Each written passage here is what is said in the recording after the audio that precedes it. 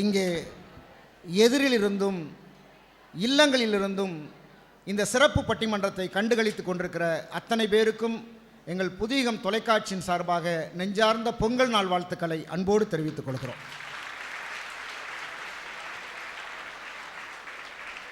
திருப்பூரினுடைய பிரசித்தி பெற்ற ஒரு கல்லூரியில் நடைபெறுது, சென்ட் ஜோசப் மகளிர் கல்லூரியில் நடக்குது. அப்படிங்கிறதே இந்த நிகழ்ச்சிக்கான ஒரு கூடுதல் சிறப்பு. அதுவும் அரங்கம் நிறைந்த மகளிர், எண்ணில்லா துறையிலும் பெண்ணில்லா துறையில்லை அப்படிங்கிற அளவுக்கு இன்றைக்கி எல்லா துறையிலும் பெண்கள் கொடிகட்டி பறக்கிற இந்த காலத்தில், இன்னும் சரியாக சொல்லணுன்னா ஒரு 50 வருஷத்துக்கு முன்னால் குடும்பங்களே பெண்களை காப்பாற்றுங்கள் என்று சொன்ன காலம் போய் குடும்பங்களை எல்லாம் பெண்கள் காப்பாற்றுகிற காலத்தில் நாம் இருக்கிறோம்.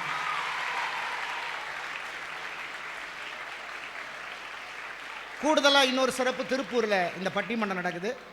இந்தியாவினுடைய டாலர் சிட்டி என்று கொண்டாடப்படுகிற திருப்பூரில் இந்த பட்டிமன்றம். இன்னும் சொல்ல போனீங்கன்னா, நான் டெல்டா பகுதி தஞ்சை மாவட்டத்திலேருந்து வந்திருக்கேன்.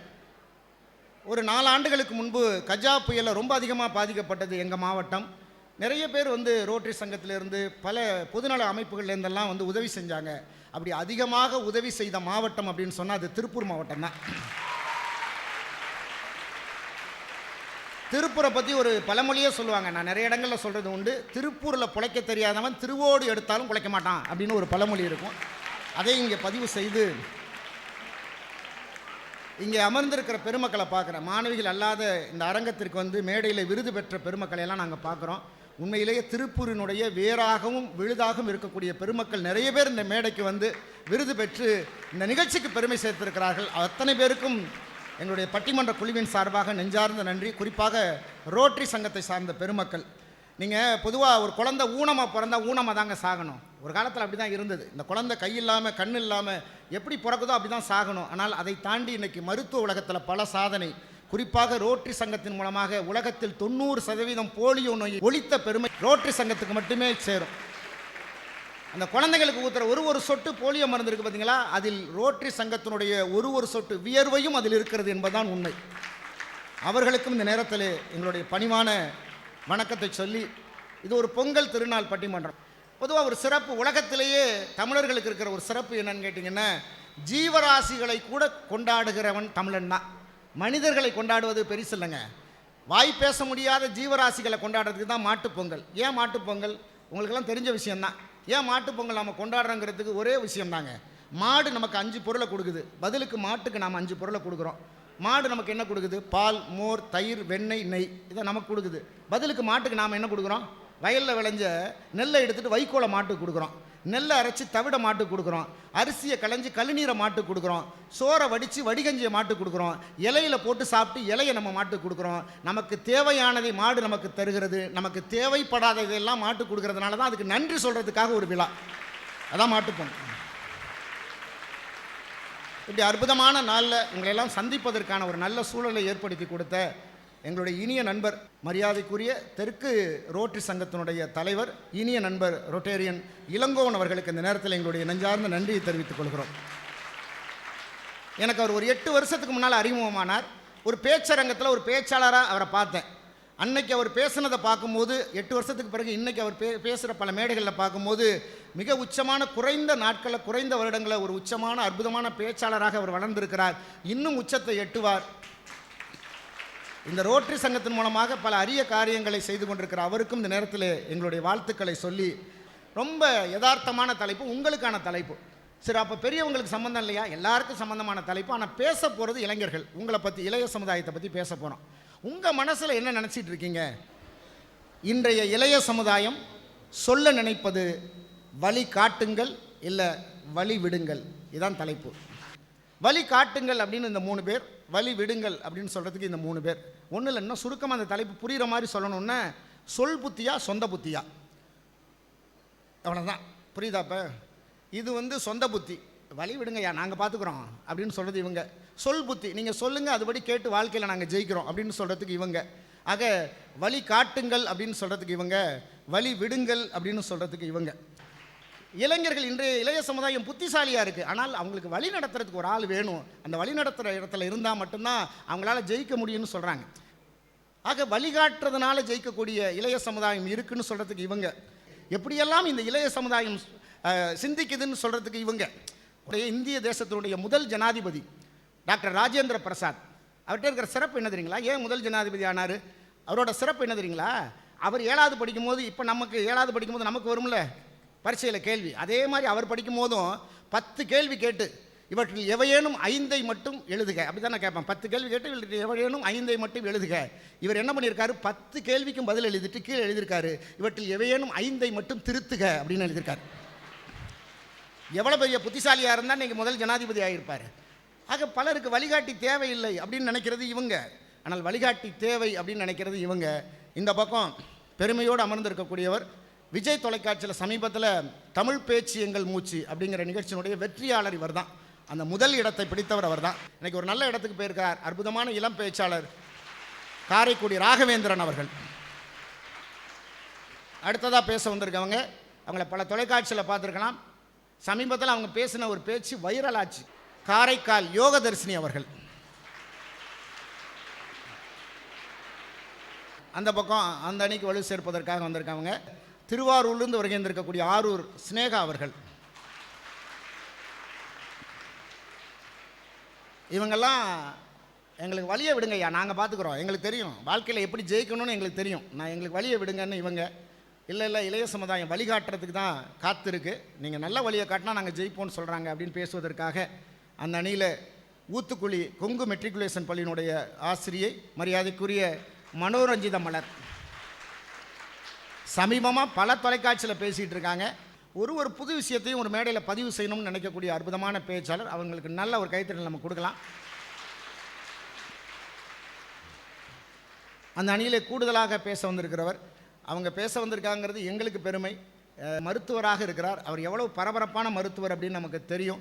அந்த ஒரு கிராமத்தில் பிறந்து இன்றைக்கி சென்னை கல்லூரியில் மருத்துவக் கல்லூரியில் படித்து இன்றைக்கி 15 ஆண்டுகளாக இந்த திருப்பூரில் அற்புதமான மருத்துவ சேவை. இவர் மட்டும் இல்லை, இவங்க மனைவி மரியாதைக்குரிய திருமதி மணிமேகலை அவர் கூட சேர்ந்து 2 பேரும் மருத்துவர்கள் தான். மரியாதைக்குரிய சரண் மருத்துவமனையுடைய நிர்வாக இயக்குனர் டாக்டர் சரண் AM பழனிசாமி அவர்கள். இப்போ கூடுதலான ஒருத்தர் அறிமுகப்படுத்த போகிறேன். ஸோ அவரை அறிமுகப்படுத்த வேண்டிய அவசியம் இல்லை, அவர் தான் என்ன அறிமுகப்படுத்தணும். பல இடங்களில் அவர் என்ன அறிமுகப்படுத்தியிருக்கிறார். எங்களுக்கு பின்னால் இருந்து பல விஷயங்களுக்கு நல்ல விஷயங்களுக்கு துணையாக இருக்கக்கூடியவர் அப்படி சொல்லிக்கலாம். அப்போ தான் தலைப்புக்கு சம்மந்தம் இல்லாமல் இருக்கும். நீங்கள் கலை உலகத்தில் எனக்கு தெரிஞ்சு இந்தியாவிலே 21 வயசில் இயக்குனரானது அவர் தான்.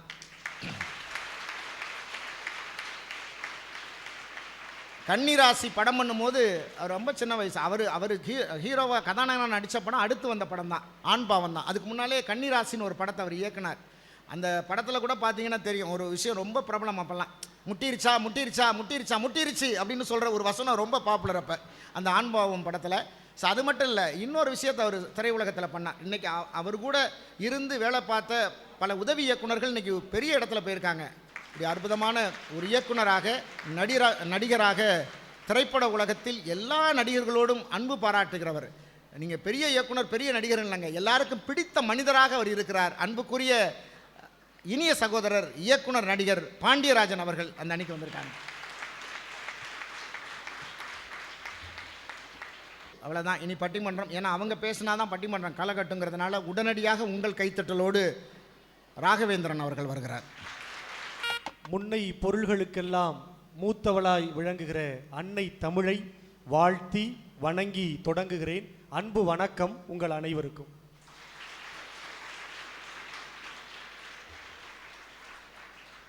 ஊதக்காத்து வீச உடம்புக்குள்ள கூச குப்பை கூளம் பத்த வச்சு காயலாம். தை போறக்கும் நாளை விடியும் நல்ல வேலை பொங்கப்பாலு வெல்லம் போல பாயலாம். அச்சு வெல்லம் பச்சரிசி வெட்டி வச்ச செங்கரும்பு அத்தனையும் தித்திக்கின்ற நாள் தான். உங்கள் அனைவருக்கும் பொங்கல் திருநாள் வாழ்த்துக்களை சொல்லி தொடங்குகிறேன்.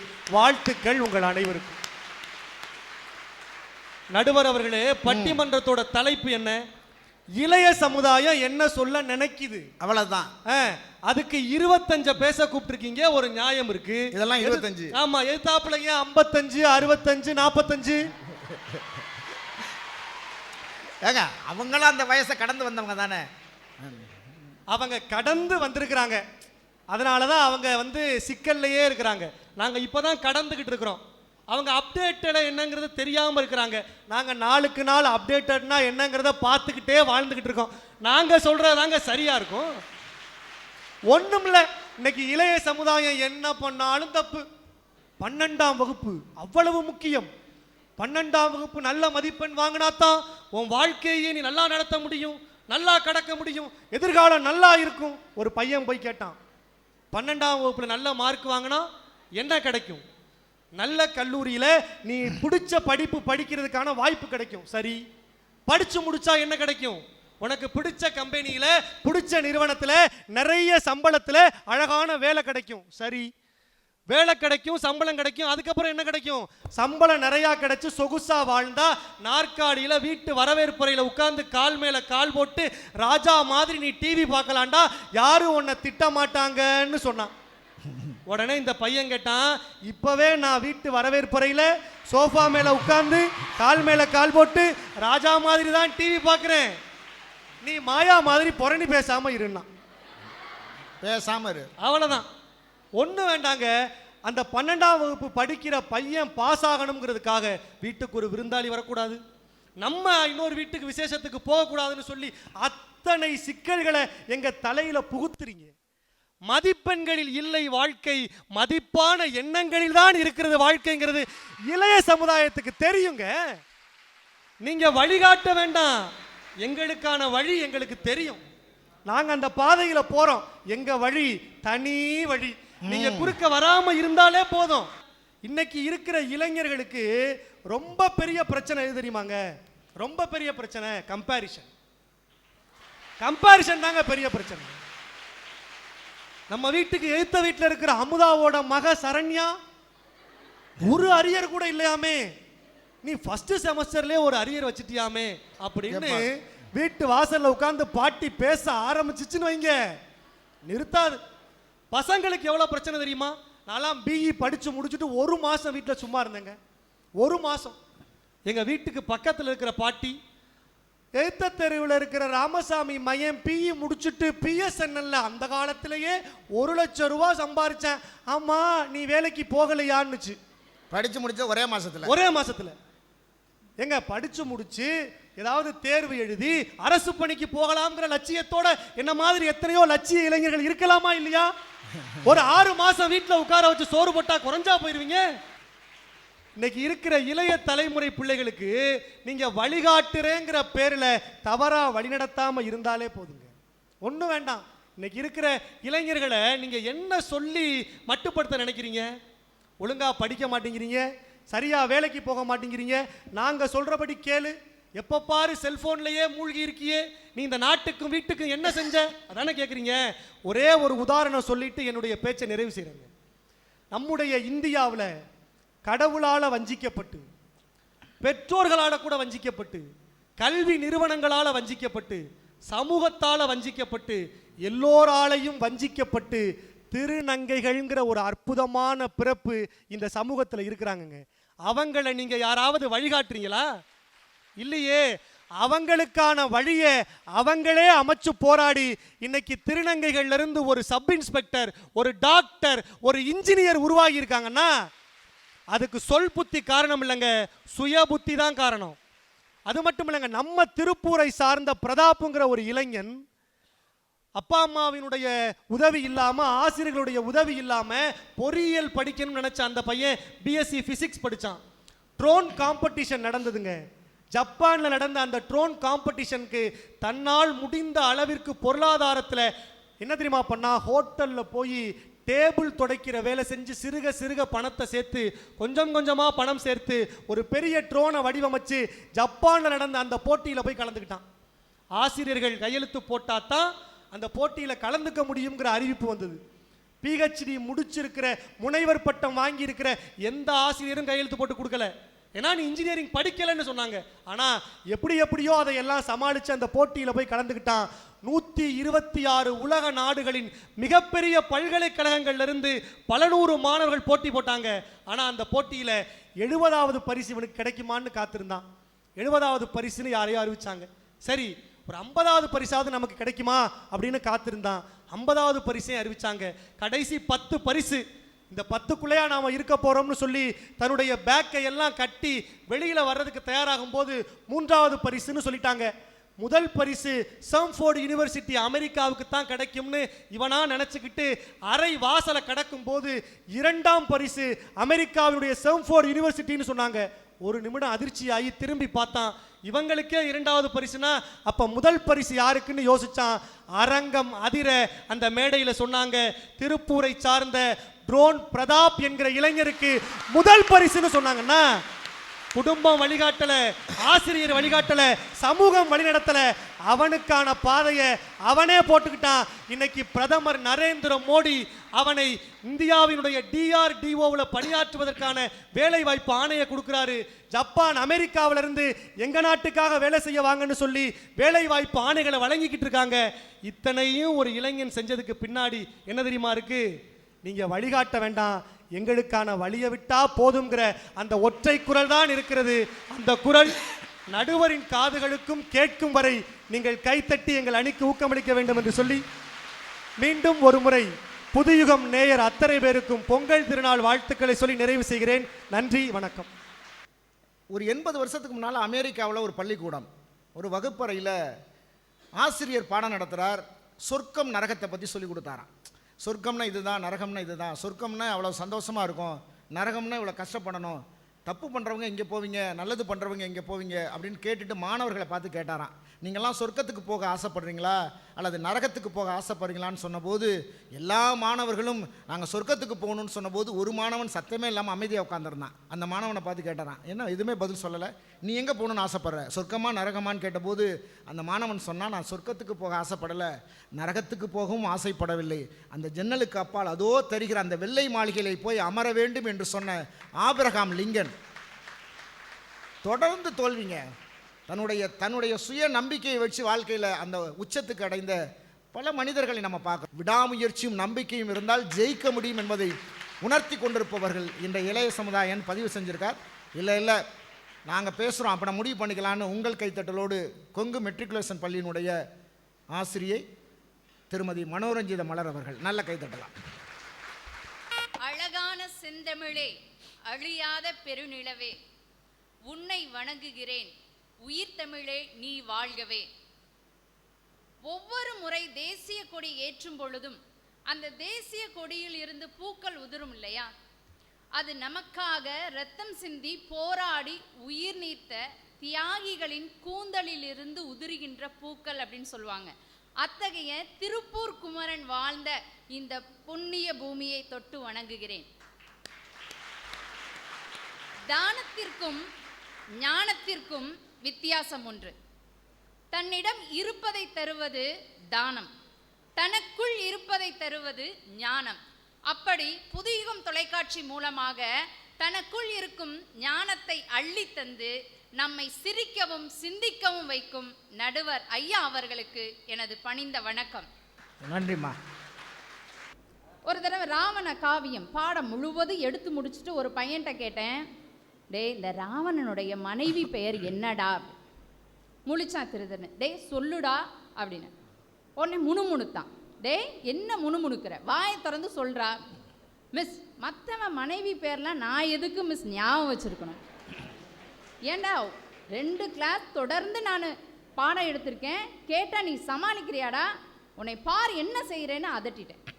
வீட்டுக்கு போய் டிவியை போடுறேன், தலைப்புச் செய்திகள், ஆசிரியர் மாணவரை தண்டித்ததால் மாணவனை காணவில்லை, போலீஸ் வலைவீச்சு, ஆசிரியர் தலைமறைவு. விடிய விடிய தூக்கம் வரலங்க.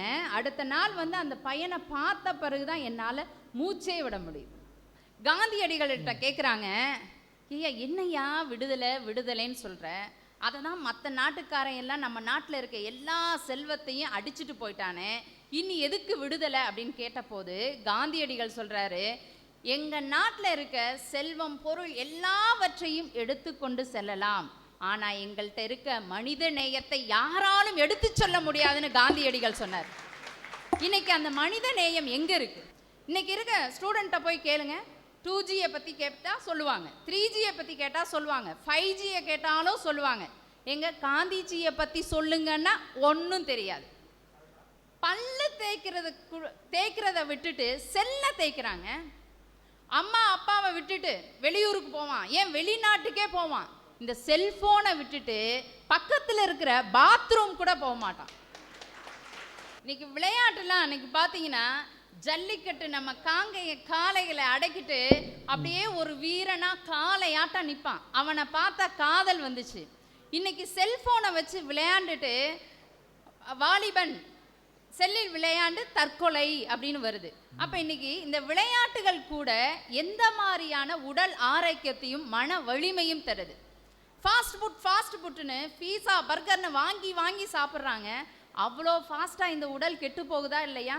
உடலால் அழியின் உயிரார் அழிவர், உயிரை வளர்த்தேன் உயிர் வளர்த்தேனேன்னு திருமுறள் சொன்னார் இல்லையா? எப்படி சாப்பிடணும், எதை சாப்பிடணும், எவ்வளவு சாப்பிடணுன்ற எதுவுமே தெரியலையே. இதை நாங்கள் சொல்லி கொடுத்தா தப்பா? கல்கி எழுதிய பொன்னியின் செல்வன் நாவலை நான் படித்த போது எனக்கு 16 வயசுங்க. அதுலேயே ஸ்லாகித்து போனது உண்டு.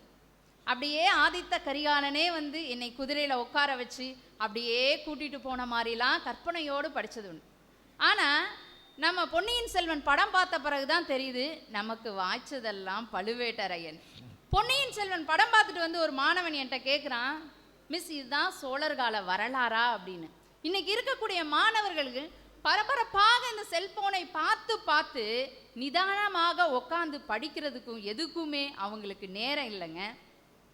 அப்துல் கலாமா இருக்கட்டும், அம்பேத்கரா இருக்கட்டும், பெரியாரா இருக்கட்டும், எல்லாருக்கும் ஒரு ஆசிரியரோ அல்லது நண்பனோ தன் தாயோ தந்தையோ யாராவது ஒரு வழிகாட்டுதல்னால தான் அவங்களால வெற்றி பெற்றிருக்க முடியும். இறுதியாக சொல்றேன், ரிச்சர்ட் போர்ட் அவர்கள் there is the problem, do not focus your person but focus issues அப்படின்னு சொல்லியிருக்கிறார். நீ பிரச்சனைனா பிரச்சனைக்குரிய ஆளை பார்க்காத, பிரச்சனைக்குரிய ஆழத்தை பார். இன்னைக்கு இவங்களை ஒரு மாணவனாக பார்க்காத, நாளைய இந்தியாவாக நீ பார். அவங்க எப்படி இருக்கட்டும் எப்படியும் போகட்டும்னு விட்டுறதா?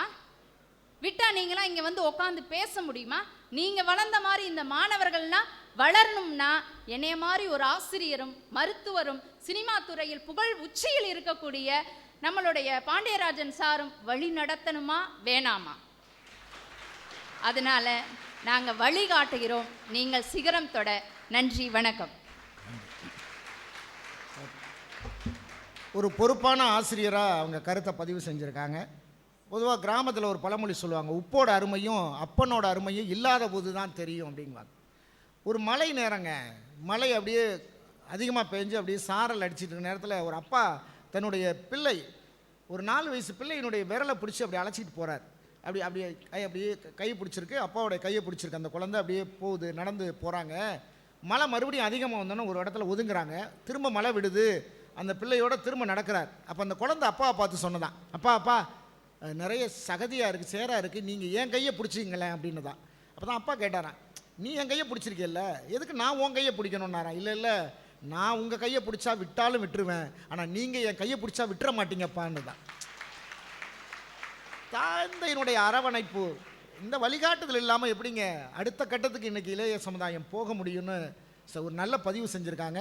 அதுக்கு பதில் சொல்வதற்காக உங்கள் கைத்தட்டலோடு யோகதர்ஷினி அவர்கள் வழி விடுங்கள் அப்படின்னு பேசுவதற்காக வருகிறார். உலகெங்கும் வாழக்கூடிய புதியுகம் தொலைக்காட்சி நேயர்களுக்கு என்னுடைய தித்திக்கும் பொங்கல் திருநாளாம் தமிழர் திருநாள் வாழ்த்துக்களை தெரிவித்துக் கொண்டு, நல்ல ஒரு அருமையான ஒரு மண், அதாவது திருப்பூருடைய பெருமையை வந்து நிறைய நீங்கள் வந்து சொன்னீங்க.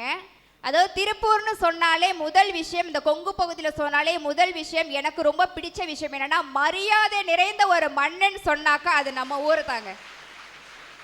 சின்ன குழந்தைய கூட வாசாமி போசாமின்னு சொல்லிட்டு அந்த கடவுளோடு ஒப்பிட்டு கொஞ்சக்கூடிய ஒரு மனிதர் வாழக்கூடிய இந்த மண்ணில் நின்று பேசுறதே உண்மையிலேயே பெருமைன்னு நினைக்கிறேன். அதாவது எல்லா ஊருக்கும் ஒவ்வொரு பெருமை சொல்லுவாங்க.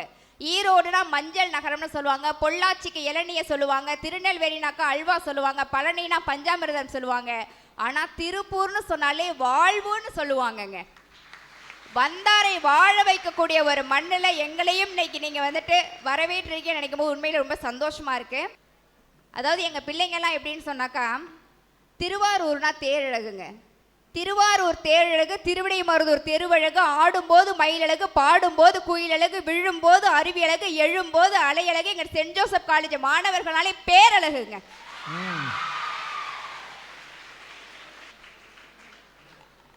நல்ல அழகான ஒரு தலைப்பு கொடுத்துருக்கீங்க சார். அதாவது நம்ம அக்கா வந்து பேசிட்டு போனாங்க. அவங்க பேசுனதுலேருந்து எனக்கு ஒரே ஒரு விஷயம் மட்டும் எனக்கு புரிஞ்சிச்சு சார். என்ன? இவங்க ஒரு பூமர் ஆன்ட்டிங்கிறது நல்லாவே எனக்கு புரிஞ்சிச்சு சார்.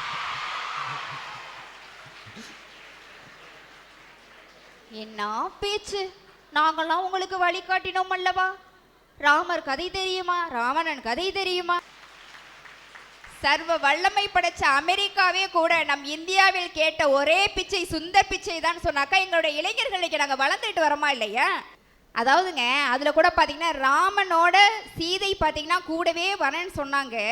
அதே மாதிரி லட்சுமணன் கிளம்பும் போது பார்த்தீங்கன்னு சொன்னாக்கா அவங்களுடைய மனைவியும் பார்த்தீங்கன்னா கூடவே வரேன்னு சொன்னாங்க.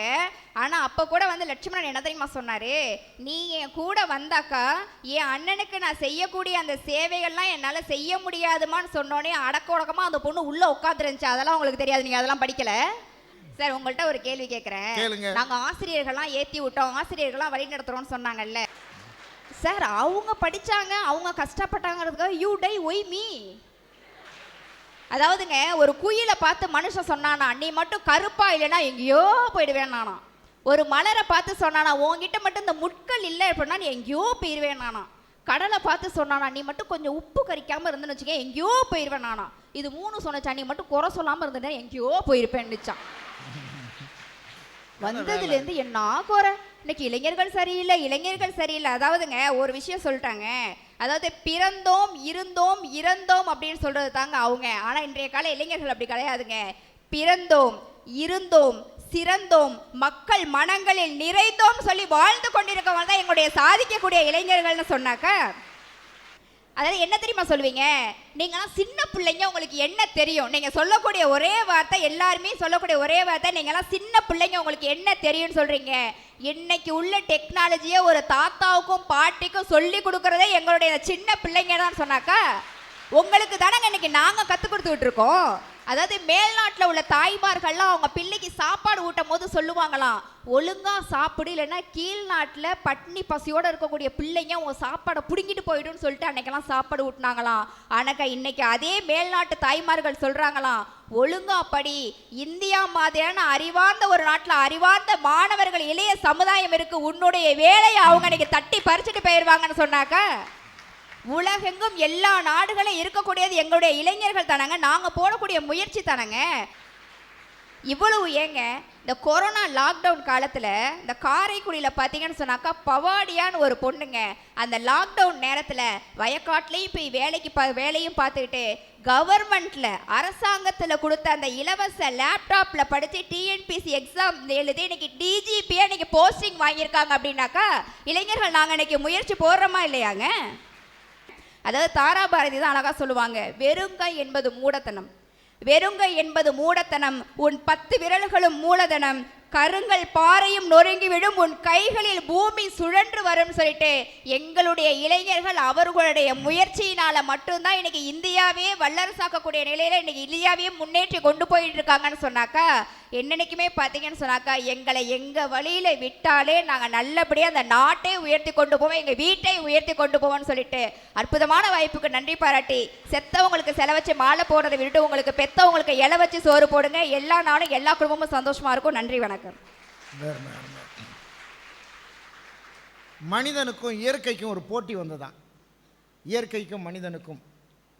மனிதன் தன்னுடைய புன்னகையை வெளிப்படுத்தியிருக்கான், பதிலுக்கு இயற்கை பூக்களை காட்டினதான். உங்ககிட்ட புன்னகை இருக்குன்னா என்கிட்ட பூக்கள் இருக்குது.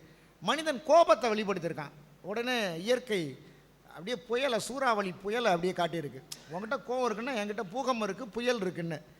மனிதன் தன்னுடைய இரக்கத்தை, கருணையை வெளிப்படுத்தியிருக்கான், பதிலுக்கு இயற்கை மழை பெஞ்சுதான். உங்ககிட்ட கருணை இரக்கம் இருக்குன்னா என்கிட்ட மழை இருக்குன்னு. மனிதன் தன்னுடைய விடாமுயற்சியை வெளிப்படுத்தினான், இயற்கை அவனிடம் தோற்று போனதான். மனிதனுக்கு இருக்கக்கூடிய மிகப்பெரிய சிறப்பு விடாமுயற்சி என்பது. இயற்கையிடமே இல்லாத ஒரு குணம், அது இளைஞர்கிட்ட இருக்குங்க அப்படின்னு சொல்லியிருக்காங்க. அதுக்கு பதில் சொல்வதற்காக மரியாதைக்குரிய டாக்டர் சரண் ஏஎம் பழனிசாமி அவர்கள் உங்கள் கைத்தட்டலோடு வருகிறார். அமுதே தமிழே அழகிய மொழியே எனதுயிரே. அன்னை தமிழுக்கு முதல் வணக்கம். என் அன்னை தந்தைக்கு அடுத்த வணக்கம். இங்கு அவையில் இருக்கின்ற நடுவர் உள்ளிட்ட அவைக்கும் இந்த சபைக்கும் என்னுடைய இனிய காலை வணக்கம். உலகெங்கும் இருக்கின்ற புதுயுக தொலைக்காட்சி நேயர்கள் அனைவருக்கும் இனிய பொங்கல் திருநாள் வாழ்த்துக்கள். ஸ்டூடெண்ட்ஸ் எல்லாம் மதிப்பெண் வச்சு தான் மதிக்கிறோமாமா. மதிப்பெண் இல்லைன்னா மதிக்கிறது இல்லையா. மதிப்பெண் வாங்கினா தான் மதிக்கிறாங்க அப்படின்னு சொல்கிறாங்க. ஏன் மதிப்பெண் வேண்டாம்ப்பா, மதிப்பெண்ணே வேண்டாம். எனக்கு மேத்ஸ் வரலையா, தைரியமாக சொல்லுங்கள் எங்ககிட்ட, எனக்கு மேத்ஸ் வராது. உங்கள் ஆட்டத்துக்கெல்லாம் எங்களை இழுக்காதீங்க, நீங்கள் உங்களுடைய ஆசைகள்லாம் எங்கள் மேலே திணிக்காதீங்க, நாங்களாகவே முன்னேறுவோம் அப்படின்னு ஒரு அஷூரன்ஸ் கொடுங்க. ஏன் அந்த அஷூரன்ஸ் கொடுக்க மாட்டீங்க? எனக்கு இது வராது, நான் வாழ்க்கையில் தோத்தாலும் ஜெயித்தாலும் நானாக தான் இருப்பேன், ஒரு நாள் உங்ககிட்ட நான் அழுதுட்டு நிற்க மாட்டேன் அப்படின்னு சொல்லி அஷூரன்ஸ் கொடுங்க. நான் உங்களை எதுவுமே சொல்லலை. எல்லாம் படித்து முடித்து எல்லாம் கடைசியில் போய் ஈஸி சேரில் கால் போட்டு உட்காரதுக்கு நான் இப்போவே ஈஸி சேரில் கால் மேலே கால் போட்டு உட்காந்துக்கிறேன் அப்படிங்கிறாரு. இது யார் காசில் உட்காடுறீங்க? நீங்கள் சம்பாரிச்சு யார் காசில் நீங்கள் ஈஸி சேரில் உட்காடுறீங்க?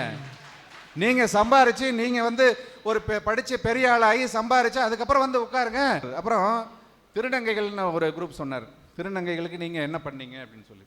நான் திருப்பூர் மண்ணில் என்னுடைய பகுதியில் டாலர் சிட்டி அப்படிங்கிற ஒரு ரோட்டரி கிளப்போட சேர்ந்து, அந்த ரோட்டரியில் நானும் ஒரு ரொட்டேரியன், நெறிப்பரிச்சல் அப்படிங்கிற ஒரு கிராமத்தில் 120 திருநங்கைகளுக்கு வீடு கட்டி கொடுத்துருக்கோம்.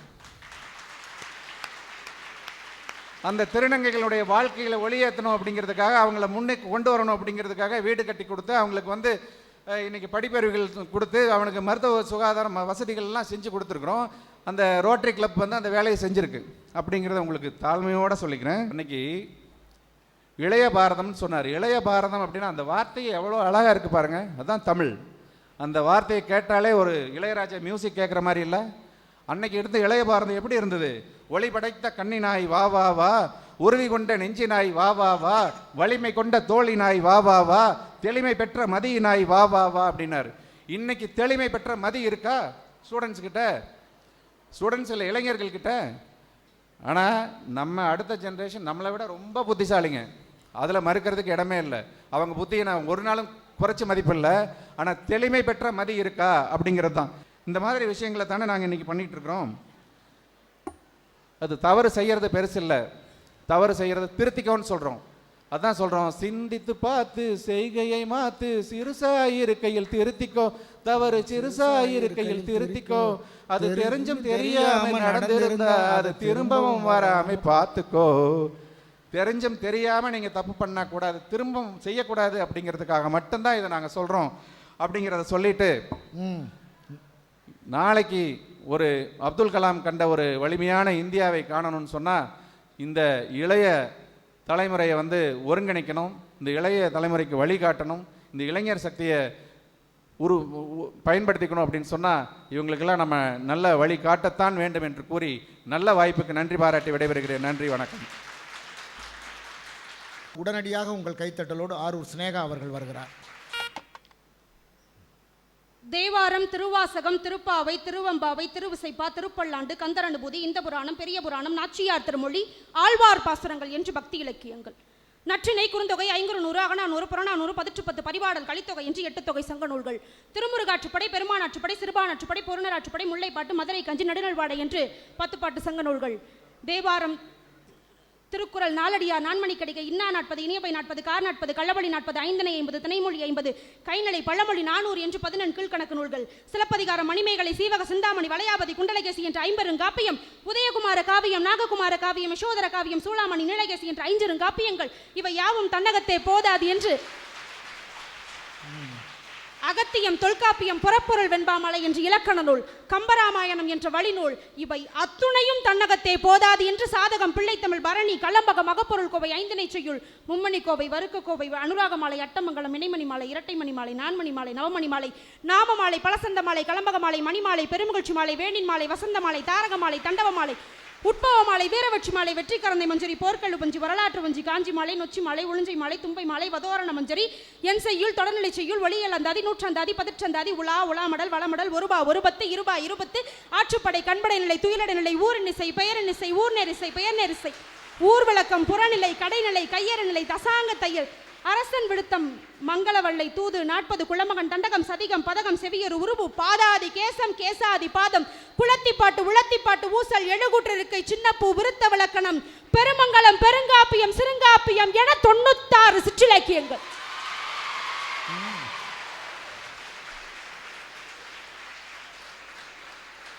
இவை அத்துணையும் தன்னகத்தை கொண்டு வாழ பிறந்த மொழிகளுக்கு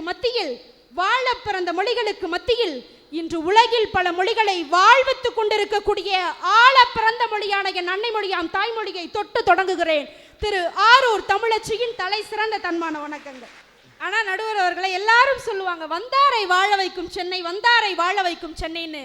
வந்தாரை வாழ வைப்பது சென்னை மட்டுமல்லங்க, இந்த மண்ணை தேடி வந்தவங்களை வாழ மட்டுமல்ல, இன்னைக்கு வளரவும் வைத்திருக்கக்கூடிய மண் இந்த திருப்பூர் மண்ணுன்னு சொன்னா, அப்படிப்பட்ட மக்களை வணங்கி காலம் கடந்த பெருவிழாவாக, பண்பாட்டு திருவிழாவாக இருக்கும் இந்த திருநாளில் பொங்கல் திருநாள் நல்வாழ்த்துக்களோடு தொடங்குகிறேன். நடுவர் அவர்களே, நம்ம எது பேசினாலும் ஒரு நிதர்சனமான உண்மையை வச்சு பேசணுமா? இன்னைக்கு நாங்கள் பசங்க என்ன சார் அதிகமாக கேட்குறோம், எங்கள் அத்தைக்கு மாப்பிள்ளை பார்க்கும்போது வாத்தியார் மாப்பிள்ளை வந்துச்சு, மிஸ் ஆயிடுச்சு.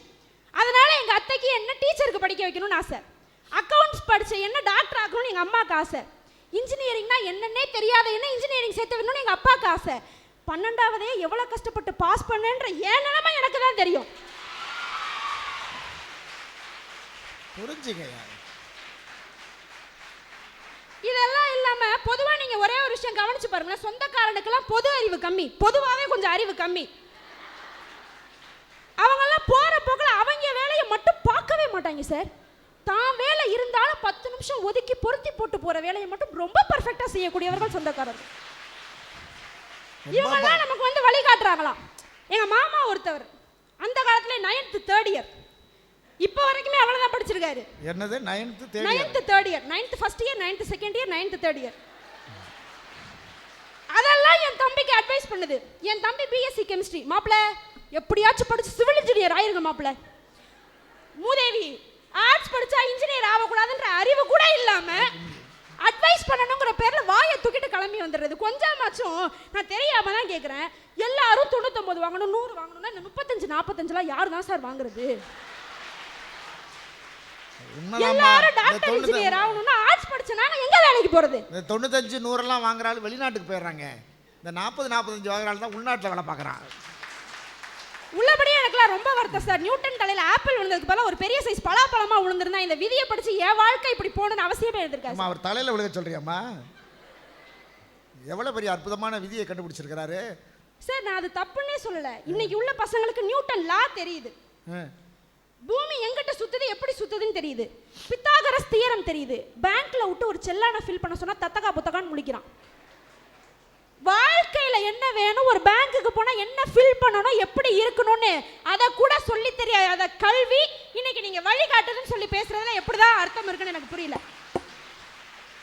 நடுவர் அவர்களை எல்லாரும் அன்னைக்கு என்ன சொல்லி குறை சொல்லுவாங்க, நீ கழுத மேய்க்க தான் லாய்க்கு, படிக்கலன்னா நீ கழுத மேய்க்க தான் லாய்க்கு, கழுத மேய்க்க தான் லாய்க்கு, மாடு மேய்க்க லாய்க்குங்குவாங்க. இப்படி சொல்லி சொல்லி மட்டம் தட்டினது உங்களுடைய சமுதாயம். நீங்க வந்து வழிகாட்டுறீங்களா? ஆனா இன்னைக்கு திருநெல்வேலியில பாபு அப்படின்ற ஒருத்தவர் கழுத பண்ணை வச்சு கழுத பண்ணைக்கு பிரான்சிஸ் கொடுக்குற அளவுக்கு வளர்ந்துருக்காருன்னு சொன்னா, ஒரு கழுத பால் லிட்டர் 7000 ரூபாய்க்கு இன்னைக்கு விற்பனை செஞ்சுட்டு இருக்காருன்னு சொன்னா எந்த தொழிலும் குறைஞ்சதில்ல. எதை வேணா எடுத்து எப்படி வேணா மாத்தலான்ற திறமை இன்னைக்கு பசங்கள்ட்ட இருக்கு. கழுத மேய்க்க தான் லாய்க்குதுன்னா அதை வச்சு ஒரு பிசினஸ். நடுவர்களே, நாங்கெல்லாம் என்ன சொல்றோம், இன்னைக்கு யார் நடந்த பாதையிலையும் நாங்க நடக்கணும்னு அவசியம் இல்லைங்க. நாங்க நடந்தாலே அதை ஒரு பாதையா உருவாக்கக்கூடிய தன்னம்பிக்கை எங்களுக்கு இருக்குன்னு இன்னைக்கு பசங்க சொல்றோம். ஆனா குறுக்க இந்த கௌசிக் வந்தா அப்படின்ற மாதிரி நீங்க குறுக்க பூந்து குட்டையை குழப்பாம இருந்தாலே போதும் தான் நாங்க சொல்றோம். ஒன்றும் பெருசாலாம் சொல்ல. அன்னைக்கு அடுப்பங்கரையை மட்டுமே ஆட்சி செய்த பெண்கள் இன்னைக்கு அகிலத்தில் இல்லாத துறைகளே இல்லைன்ற அளவுக்கு வளர்ந்துருக்காங்கன்னு சொன்னா இது இல்லவா இன்னைக்கு பெண்களுடைய வளர்ச்சி அப்படின்றது?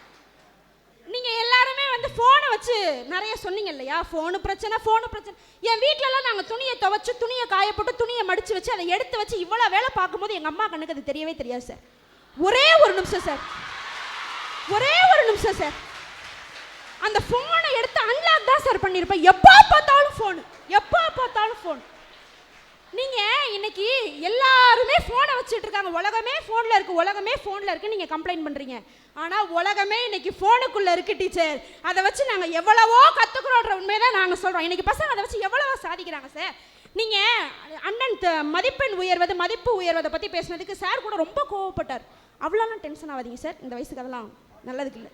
ஈரடியில் உலகளந்து 133 அதிகாரத்தில் உலகையே அதிகாரம் செய்தவன் வள்ளுவன். அந்த வள்ளுவனுக்கு இன்னைக்கு ஒரு புள்ள இருந்து திருக்குறளோட வேல்யூ என்னப்பான்னு கேட்டா அவர் என்ன தெரியுமா சொல்லுவார்? ஸ்மால் கொஸ்டின்ல கேட்டா 2 மார்க், பிக் கொஸ்டின்ல கேட்டா 5 மார்க்னு சொல்ற அளவுக்கு வள்ளுவனோட பிள்ளையே மைண்ட் செட் பண்ணி வைக்கிற காலத்துல இன்னைக்கு நம்ம இருக்கோம். ஆனா ஏன் சொந்த ஊர்ல சுபாஷ் அப்படின்ற ஒரு பையன் 3 வயசுல திருக்குறள் படிக்க ஆரம்பிச்சு 9 வயசுல 1330 குறளையும் பொருளோடு மனப்பாடம் செய்து பாராளுமன்றத்தில் வள்ளுவனின் செல்வன் பேர் வாங்கியிருக்கான்னு சொன்னா அந்த பிள்ளைய 90 நாள் ஸ்கூல் வச்சா 45 நாள் லீவ் போடுறேன்னு கேட்ட அந்த கேள்வியை கேட்கணும்னு மட்டும்தான் நிறைய ஆசிரியர்களுக்கு தெரிஞ்சது. எதுக்காக லீவ் போட்ட தம்பி, என்ன பண்ற தம்பின்னு இன்னைக்கு பிரச்சனையை பார்க்காத ஆசிரியர்கள் இருக்க வரைக்கும் இன்னைக்கு நீங்க சொன்ன மாதிரி பசங்க தானா வந்து மேக்ஸ் வரல சார், சயின்ஸ் வரல சார்னு நீங்க ஈஸியா சொல்லிட்டு பட்டிமன்றம் முடிச்சுட்டு போயிருவீங்க. ஒரே ஒரு கேள்வியை 2 தடவை கேட்டா அடிக்காம குணமா சொல்லி கொடுக்கணுன்ற அளவுக்கு நாங்க எவ்வளவு ஃபீல் பண்றோம், எவ்வளவு வாங்குறோம்னு எங்களுக்கு தான் தெரியும். பிராக்டிக்கல்னு ஒன்று இருக்குன்றதை மறந்துட்டு நீங்கள் சொல்லிட்டு போயிடுவீங்க. ஆனால் இருக்கிற கஷ்டம் என்னவோ எங்களுக்கு தான் தெரியும்.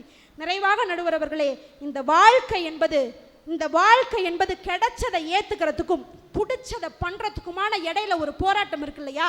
அந்த போராட்ட பயணத்தில் நம்ம வாழ்க்கையை கடந்துட்டு போனோமா வாழ்ந்துட்டு போனோமான்ற கேள்விக்கு பதில் சொல்லும் வகையில் வாழ்வதில் தான் இருக்கிறது என்று கூறி, இந்த வாழ்க்கையில் உங்களை நீங்கள் தேடாதீர்கள், உங்களை நீங்களே உருவாக்குங்கள் என்று கூறி நல்ல வாய்ப்புக்கு நன்றி பாராட்டி விடைபெறுகிறேன். நன்றி, வணக்கம்.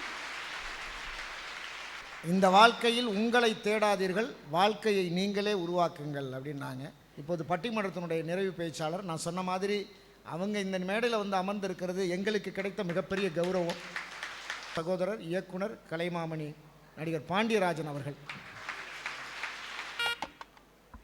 எல்லோருக்கும் பொங்கல் வாழ்த்துக்கள். அருமையான பட்டிமன்றம், அழகாக பேசுகிறாங்க. இது வந்து நிறுத்தின்னு சொல்கிறதுக்கு அவருக்கும் மனசு கஷ்டமாக இருக்குது.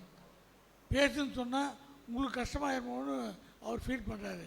ஆனால் தங்கு தடை இல்லாமல் தான் பேச வந்ததை அழகாக பேசின பேச்சாளர்கள். இது இங்கே நான் எப்படி சூட் ஆவேன் அப்படின்னு பார்த்தா, நான் நடிகன், டைரக்டரு. ஆனால் பட்டிமன்றத்துக்கு பார்க்கறதுக்கு தான் எனக்கு தகுதி உண்டு.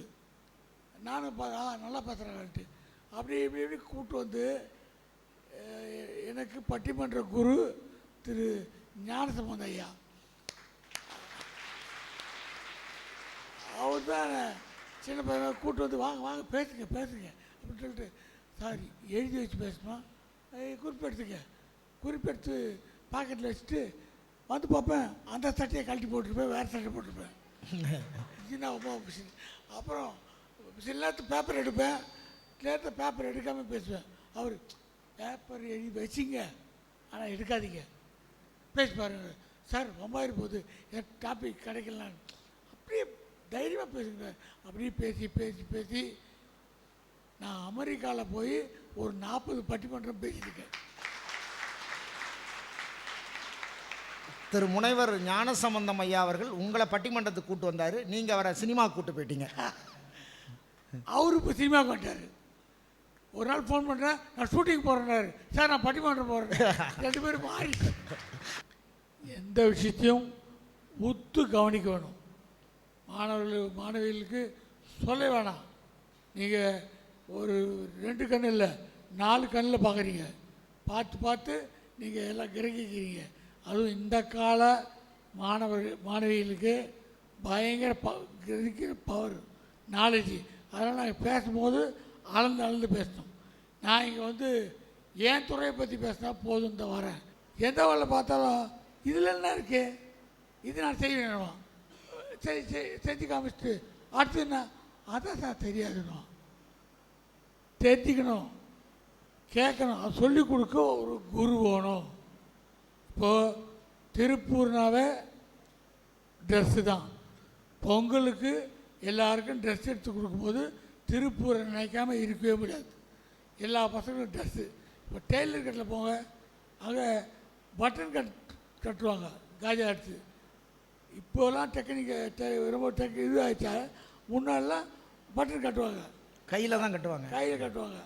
அப்போது அங்கே காஜா எடுக்கிற பையன் பட்டன் கட்டுற பையனை பார்த்தா ஒருத்தன் நான் பார்த்து ஷாக் ஆகிட்டேன்.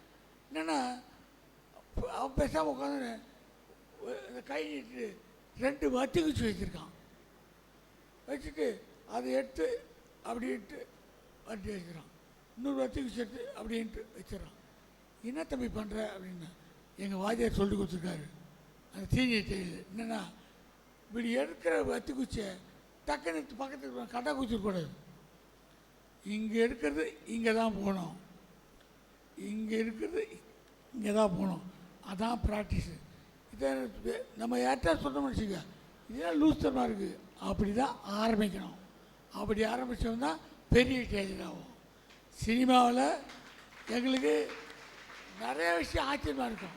இப்போ கழுதை போய் சொன்னாங்க, கழுதை போய் சொல்லும்போது விதவிதமாக காசு சொன்னாங்க. என் லைஃப்பில் கதை இன்று போய் நிலவில் எங்கள் டைரக்டர் ஒரு கழுதையை பிடிச்சின்னு ராதிகா வீட்டுக்கு கூப்பிட்டு போனோம். கயிறு கட்டு இருக்கு, இருக்கிற வரல. நான் ஒன்றா பின்னாடி கிளாப் அடிக்கிறேன், மோளம் அடிக்கிறேன், பட்டாசு வாங்கிட்டு ஒரு 100 ரூபாய்க்கு பட்டாசு வச்சிட்டோம். அது நகர மாட்டேங்குது, அப்படியே நிற்குது. என்னையா அதுன்னு அப்போ ஒரு பெரியவர் பார்த்தாரு. என்ன தம்பி பண்ணுறீங்க? இல்லைண்ணே அந்த கழுதை போக மாட்டேங்குது, அதான் அடிக்கிறோன்னு. அதுக்கு ஏன் தரம் போடுறீங்க? என்ன பண்ணோம், ஒரு கேரட் எடுத்து வந்து முன்னாடி காட்டுங்க. அப்படியா? அதே பக்கத்தில் கடையிலேருந்து ஒரு கேரட் எடுத்து முன்னாடி காமிச்சான். அது ரேஸ் குதிரை மாதிரி ஓடுது. கேரட்டுன்னா கழுதை ஓடணுன்னு அந்த பெரியவர் சொன்ன போது தான் தெரியுது. அதாவது ஒருத்தர் வழிகாட்டினா அதை செயல்படும்போது அது ஈஸி ஆகிடுச்சு எல்லாமே. அதுக்கு இவர் சினிமாவுக்கு சம்மந்தமா, இவர் சொல்லிட மாட்டேன் எடுக்கணுமா, கற்றுக்கணும் எல்லாமே. இப்போ எனக்கு டைரக்ஷன் சான்ஸ் எப்படி கிட்டது, நான் எங்கள் டைரக்டர்கிட்ட வேலை பார்த்துனேன். அப்போது டார்லிங் ப்ரொடியூசர் வந்து பாண்டியா அடுத்த பாடம் நீ எங்களுக்கு பண்ணு அப்படின்னா எனக்கே ஆச்சரியம். நம்ம டைரக்ட் பண்ணுவோம் எப்படி தெரியும், எனக்கே நம்பிக்கை இல்லை, இவருக்கே நம்பிக்கை இருக்குது. அப்படின்னா ஒன்றும் புரியல எனக்கு. அப்போது ஒரு பக்கத்தில் இருக்க ஒரு ஆள்கிட்ட சொல்கிறாரு, இந்த பையனை தான் டைரக்டர் ரொம்ப அடிக்கிறாரு, திட்டுறாரு. அப்போ இவங்கிட்ட தான் விஷயம் இருக்கு. ஓ, டைரக்டர்கிட்ட அதிகமாக திட்டு வாங்கினதால தான் எனக்கு டைரக்ஷன் சான்ஸே வந்தது.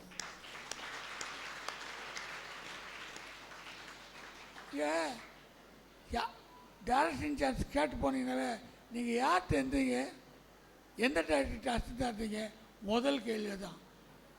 கற்பனை நிஜம் அது இல்லை. உனக்கு ரெஃபரன்ஸுக்கு நீங்கள் யாராவது சொல்லணும், சொன்னதான் கூப்பிடுவாங்க. டான்ஸ் மாஸ்டர் இருக்காங்க, நம்மளால் எல்லோரும் ஆட முடியுமா டான்ஸு? ஆனால் டான்ஸ் மாஸ்டருக்கு தெரியும் நமக்கு என்ன வரும்னு, ஆடு. அதை விட ஃபைட் மாஸ்டர் ரொம்ப முக்கியம். ஃபைட் மாஸ்டர் மேலே குதிங்க என்னாரு, டம்முன்னு குச்சி கைகள் ஒட்டிச்சுன்னா. ஆனால் என்னை குதிக்க சொல்லுவாங்க. முதல்ல மாஸ்டர்கிட்ட கேட்பேன், மாஸ்டர் நான் பண்ணலாமா, ஓகேவா, நீங்கள் சொன்னீங்கன்னா நான் குதிக்கிறேன், ஓகே நீங்கள் பண்ணலாம், அப்புறம் தான் குதிப்பேன். அதில் ஒரு குருன்னு ஒரு ஆள் இருக்கணும். அதனால தான் டான்ஸ் மாஸ்டர். ஏன்னா உளுந்து கை கால் வச்சிங்கன்னா யார் தருவாங்க? நான் நெத்தேடுன்னு படத்தில் ஃபைட்டில் ஒரு பானை நிறைய தண்ணி, அதை எடுத்து அடிப்பாங்க. நான் நெஞ்சிலேயே அப்படி காமிச்சு உடைப்பேன்.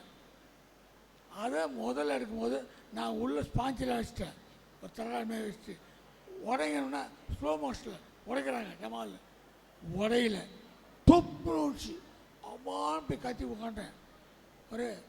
அப்போது அந்த ஃபைட் மாஸ்டருடைய அசிஸ்டண்ட் ஒருத்தர் ரொம்ப வயசானவர், என்ன ஆச்சு என்ன ஆச்சு, இல்லை அந்த பானை தண்ணியோடு உடைக்கணும் சார், அதான் வலிக்குதுன்றார். என்ன பண்ணீங்க?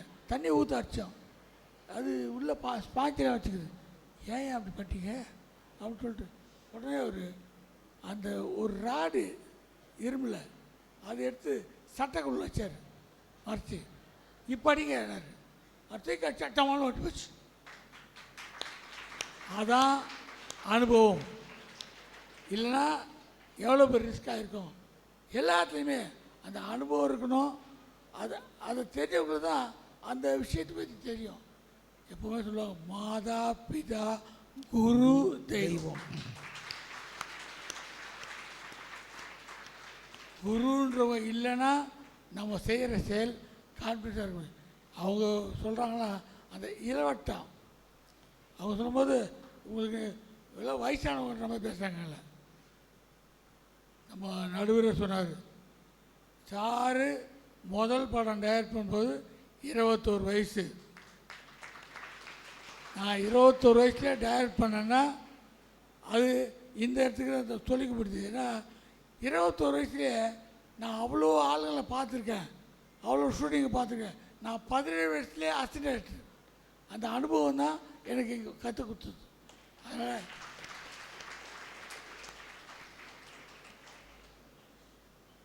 நிறைவா ஒரு அக்கறை இல்லைன்றது அந்த தலைப்பில் மேலோட்டமாக தெரியுது.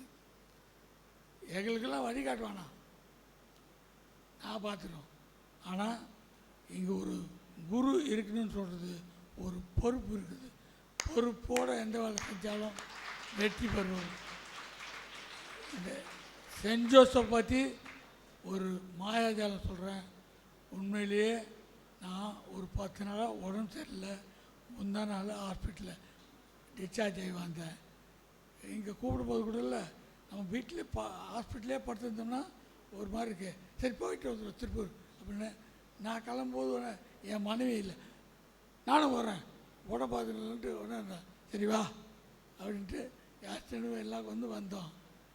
சென்ட் ஜோசப்பில் கால் வச்ச உடனே மாத்திரை இல்லாமையே நான் தெம்பு ஆகிட்டேன். நன்றி. பொதுவாக அவங்களுடைய பேச்சில் எங்கள் டைரக்டர் அப்படின்னு அவர் சொன்னது அவருடைய குருநாதர் திரு இயக்குனர் பாக்கியராஜ் அவர்களை தான் எங்கள் டைரக்டர்னு பேரை கூட அவர் சொல்லலை. ஏன்னா ஒரு வழிகாட்டுதல் குருநாதராக இருந்தார் அப்படின்னு சொல்லி. அதற்கு முன்பாக இந்த நிகழ்ச்சிக்கு தலைமையேற்று இந்த நிகழ்ச்சியை பெருமைப்படுத்தியிருக்கக்கூடிய அன்புக்குரிய பெருமைக்குரிய அருள் செல்வம் சார் அவர்களுக்கும் அவர்கள் குடும்பத்தார்களுக்கும் உங்கள் கைதட்டல் மூலமாக நன்றியை சொல்லி, அவங்க இந்த நிகழ்ச்சிக்கு மட்டும் உதவி செய்யலை. பொதுவாக நல்ல நிகழ்ச்சி, கலை நிகழ்ச்சி எதுவாக இருந்தாலும் அது மட்டும் இல்லை. நீங்கள் கஜா புயல் எங்கள் பகுதி வந்தபோது நான் அப்புறம் தான் கேள்விப்பட்டேன், அது யார் உதவி செஞ்சான்னு ரொம்ப நாள் எனக்கு தெரியாது. ஸோ ஒவ்வொரு வீட்டில் கிட்டத்தட்ட 800 வீட்டில் அவர் கொடுத்த அந்த நீர் தொட்டி இருக்கும்.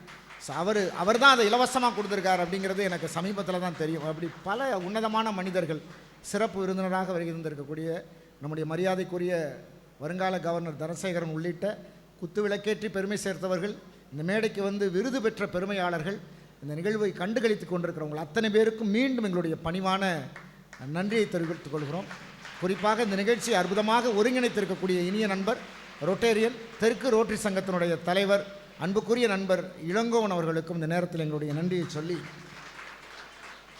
என்ன அப்படின்னா இந்த 3 பேர் பேசினா அந்த பாதி கைத்தட்டுது, இந்த 3 பேர் பேசினா இந்த பாதி கைத்தட்டுது. நான் அதிலேயே கண்டுபிடிச்சிட்டேன் உங்களுடைய மனநிலை என்னவாக இருக்குது. இவங்க பேசும்போது பிற்பகுதியில் பின்னால் இருக்கிறவங்க கைதட்டல் குறைவாக இருக்குது, இவங்க பேசும்போது முன்னால் இருக்கிற கைதட்டல் குறைவாக இருக்குது. அப்போ ஏதோ இந்த தலைப்புக்குள்ளே ஏதோ ஒரு பிரச்சனை இருக்குதுன்னு புரியுது. இப்போ பொதுவாக இந்த நீங்கள் பொருட்காட்சி கோயிலெலாம் போனீங்கன்னா வாசலில் ஒரு யானை நிற்கும். நம்ம காசு போட்டால் யானை தும்பிக்கையை வச்சு தலையில் ஆசீர்வாதம் பண்ணும். இதை யார் சொல்லிக் கொடுத்தது? பாகன் தான் சொல்லிக் கொடுத்தான். அதுவும் கரெக்டாக சொல்லிக் கொடுத்துருவான். யார் காசு போகிறானோ அவன் தலையில் ஆசீர்வாதம் பண்ணு. பக்கத்தில் 3 பேர் என்னன்னா அவன் தலையில் போட வைக்காது. யார் கரெக்டாக காசு போகிறானோ அவன் தலையில் ஆசீர்வாதம் பண்ணு சொல்லிக் கொடுத்தது ஒரு பாகன் மனுஷன். யானைக்கு சொல்லிக் கொடுத்த மாதிரி யானை பண்ணுது. கிளி மனுஷன் சொல்லிக் கொடுத்த மாதிரியே பேசுது. நாய் மனுஷன் சொல்கிறத கேட்குதுங்க. மனுஷன் சொல்கிறத கேட்காத ஒரே மனுஷன் நம்ம இனம் தான். யார் சொல்கிறதையும் கேட்காத இனம் நம்ம தான். அதனால தான் நமக்கு சில நேரம் ஆலோசனை தேவைப்பட்டுக்கிட்டே இருக்குது. நமக்கு சில நேரம் நல்ல விஷயங்களை கேட்டுக்கிட்டு இருக்க வேண்டிய சூழல்.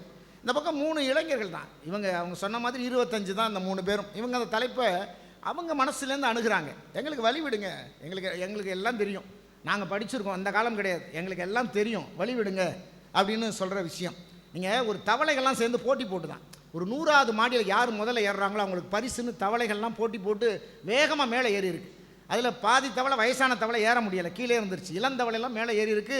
10 மாடியிலே பாதி தவளை கீழே இறங்கிருச்சு. 50 மாடியில் மிச்ச தவளை இறங்கிருச்சு. ஒரே ஒரு தவளை மட்டும் 100வது மாடி வரைக்கும் போயிட்டு வந்துச்சான். எல்லாருக்கும் ஆச்சரியம்.